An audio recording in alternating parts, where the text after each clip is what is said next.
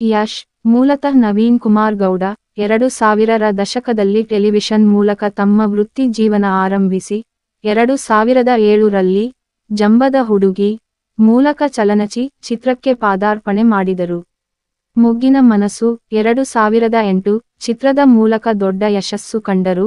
ನಂತರ ಗೂಗ್ಲಿ, ರಾಜಾ ಹುಲಿ, ಗಜಕೇಸರಿ ಮತ್ತು ಮಿಸ್ಟರ್ ಮತ್ತು ಮಿಸಸ್ ರಾಮಾಚಾರಿ ನಂತಹ ಹಿಟ್ ಚಿತ್ರಗಳೊಂದಿಗೆ ಕನ್ನಡ ಚಿತ್ರರಂಗದ ಪ್ರಮುಖ ನಟರಾಗಿ ಹೊರಹೊಮ್ಮಿದರು.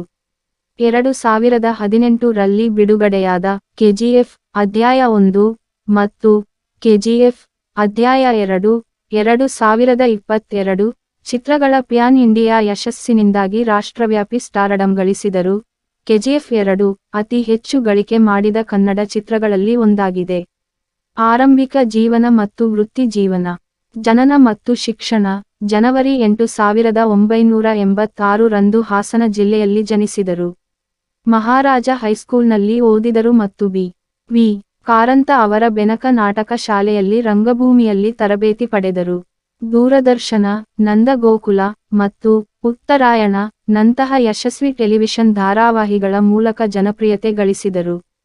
ಚಲನಚಿತ್ರ ಡೆಬ್ಯೂ 2007ರಲ್ಲಿ ಜಂಬದ ಹುಡುಗಿ ಚಿತ್ರದೊಂದಿಗೆ ಬೆಳ್ಳಿತೆರೆಗೆ ಕಾಲಿಟ್ಟರು. ಮೈಲಿಗಲ್ಲು. ಮೊಗ್ಗಿನ ಮನಸ್ಸು ಚಿತ್ರಕ್ಕಾಗಿ ಅತ್ಯುತ್ತಮ ಪೋಷಕ ನಟ ಫಿಲ್ಮ್ಫೇರ್ ಪ್ರಶಸ್ತಿ ಗೆದ್ದರು. ಪೂರ್ಣವಿರಾಮ. ಯಶಸ್ಸಿನ ಪಯಣ. ರಾಕಿ 2008 ಮೊದಲ ನಾಯಕನಾಗಿ ನಟಿಸಿದ ಚಿತ್ರ.